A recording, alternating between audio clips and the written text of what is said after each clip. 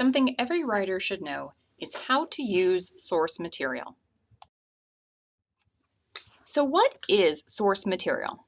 Source material is any material, whether it's text, images, figures, tables, video, anything that's from a source. A source being an article, a book, a website, a video, anything that you can think of where it's outside of your own work. It's someone else's intellectual property, something that belongs to someone else. So any of this material that you would be using inside of your composition is source material. The most common way to use source material is to directly quote, to paraphrase, or to summarize text inside of your composition. For example, something directly quoted, according to Gabor 2016, and then you have it in quotation marks because it's directly quoted from the article or the book or whatever it is you're using. Derrida is considered by classical philosophers as one of the sexy philosophers. So that is a direct quote word for word. Another way to use source material is to paraphrase or summarize what someone else is saying in their work. And here's an example. According to Gabor 2016, Derrida has a reputation among his peers as being a performative and daring philosopher. So that would actually encompass more than just the sentence above it. It would probably have to do with maybe a whole paragraph or two paragraphs, and then I'm paraphrasing what it is Gabor is saying and in some ways summarizing it as well. How do you use source material when you're writing? The best way to use source material, and often the way that instructors want you to use source material, is to support your own work. So to support your own statements and claims, evaluations, analyses, interpretations, and conclusions. It's not just to give information, but that information has to have meaning. It has to support something that you are saying in your work. So how should you not use source material? Don't use source material as extraneous information, unnecessary definitions. Sometimes students will do that. They think that they have to define certain terms that really don't need to be defined. Unnecessary or irrelevant data, information that doesn't pertain to what it is the student is saying in that particular paragraph. It doesn't actually support anything, basically the focus or the main point of the paragraph. That type of information is distracting. So distracting information, something that sort of goes off topic a little bit. That happens quite a bit in writing. Here's an example of a paragraph that has source material in it that shouldn't be there. Shakespeare affects our everyday lives. In his writing, Shakespeare coined over 1,700 words. According to McGuire, 2016, less than a dozen new words are invented in an average year in the 21st century. Due to inventing so many words, Shakespeare has had a profound influence on how we speak today. If you notice, it's that sentence in blue that doesn't belong.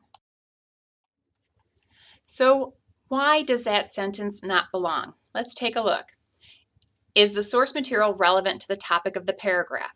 Well, what's the topic of the paragraph? In general, the topic has to do with Shakespeare and inventing new words, right? Shakespeare inventing new words.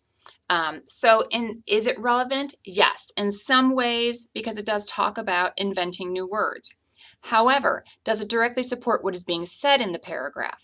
No. What's being said in the paragraph, or what's being argued, the main claim or the topic sentence of the paragraph is Shakespeare affects our everyday lives. Talking about how words are invented, how many new words are invented right now, really doesn't have anything to do with how Shakespeare affects our everyday lives.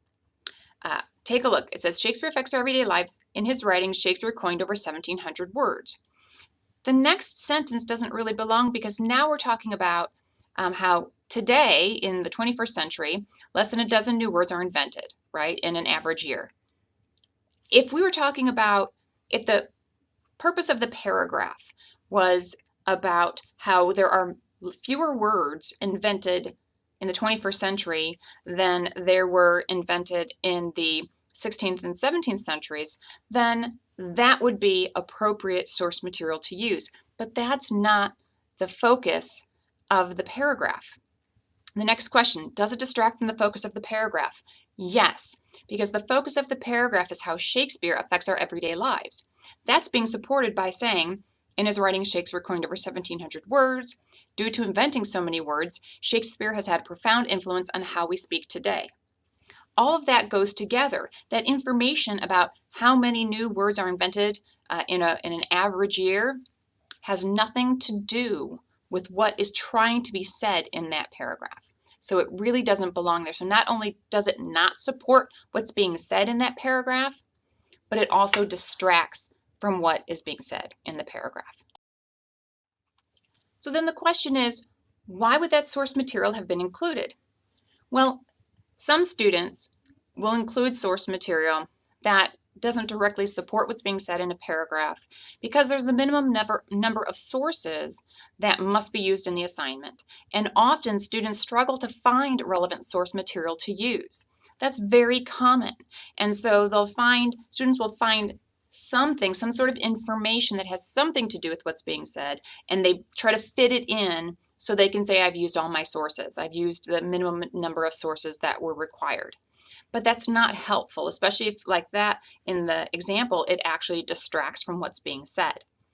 My advice is if you're having a hard time finding relevant source material, then you should contact your faculty member and get some assistance. How should you use source material? Here's an example. What I've done is I've taken out the source material that was irrelevant and put in something that actually is supporting what it is I'm saying in the paragraph. Shakespeare affects our everyday lives. In his writing, Shakespeare coined over 1,700 words. According to Beagle, of the over 1,700 words Shakespeare invented, at least 1,500 are still used in contemporary English. Due to inventing so many words, Shakespeare has had a profound influence on how we speak today. Now, as you can see, that information actually supports my claim that Shakespeare affects our everyday lives. And you can even look at the claim as at the end, Shakespeare has had a profound influence on how we speak today. It supports those statements. And that's the type of information you need. Information that's actually going to support what you are saying in your paragraph. Let's answer the same questions for our new paragraph. Is the source material relevant to the topic of the paragraph? Yes. Does it directly support what is being said in the paragraph? Yes. Does it distract from the focus of the paragraph? No. And that's how those answers should come out. So if at any point you're using source material and you're wondering, okay, should this be in here? Am I using it correctly? You can answer these questions. Ask yourself these questions and answer them. Is the source material relevant to the topic? Does it support what's being said in the paragraph? That's really the big one, right?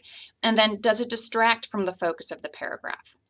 Remember, it always should be supporting what you are saying, not just giving information, and definitely not giving information that is distracting.